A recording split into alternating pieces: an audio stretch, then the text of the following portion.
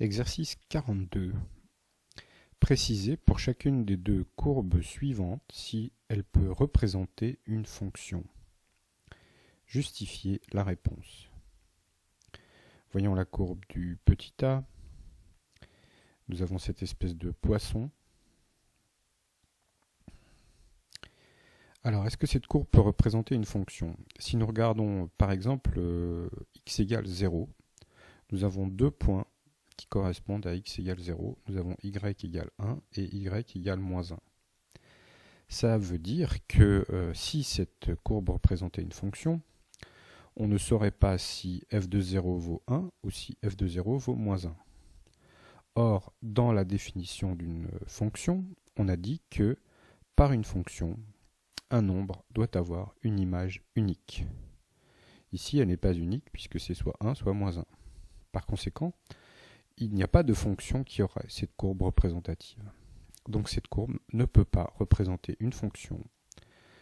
Alors ce qu'on a dit pour 0, pour f de 0, on pourrait le dire pour tous les nombres de moins 2 et de l'intervalle moins 2, 3, puisque chaque nombre de l'intervalle moins 2, 3 possède par cette fonction deux images.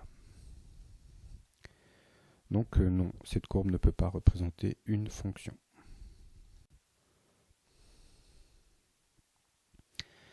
Voyons l'exemple B. La question est toujours de savoir si cette courbe peut représenter une fonction. Nous avons donc ce trait-là qui est un segment de droite et qui donc pourrait très bien représenter une fonction. Celui-ci également. Mais nous avons un problème sur le petit segment vertical au-dessus de x égale 3. Puisqu'en fait, on ne sait pas si f de 3 vaut 0, 0,1, 0,2, 0,3, 1 ou 0,8. Par conséquent, le nombre 3 posséderait une infinité d'images par cette fonction. Ce qui n'est pas permis.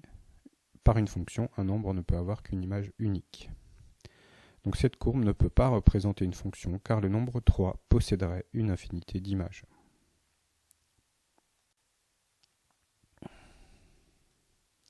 Exercice 43. Soit f la fonction définie par sa courbe représentative c, donnée ci-contre. Préciser l'ensemble de définitions de f.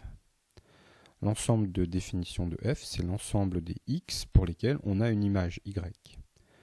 Et comme la courbe s'arrête ici et là, et bien c'est seulement entre x égale moins 5 et x égale 5 que nous avons des images sur le graphique. Par conséquent, l'ensemble de définitions de f, qu'on appelle df, c'est l'intervalle moins 5, 5 fermé. Deuxième question, donner les images par f de moins 5, moins 2 et 2. Donc ça, il suffit de le lire sur le graphique. Pour x égale moins 5, on a le y égale 4. Donc f de moins 5 égale 4. Pour x égale moins 2, on a le y qui vaut 1. F de moins 2 vaut 1. Et pour x égale 2, on a y égale 1. Donc f de 2 vaut 1 aussi. Alors ça n'est pas un problème que moins 2 et 2 aient la même image. Ce qui est interdit, c'est que le même nombre ait plusieurs images. C'est pas interdit que le même nombre ait plusieurs antécédents. Moins 2 et 2 sont des antécédents de 1, mais ça c'est autorisé.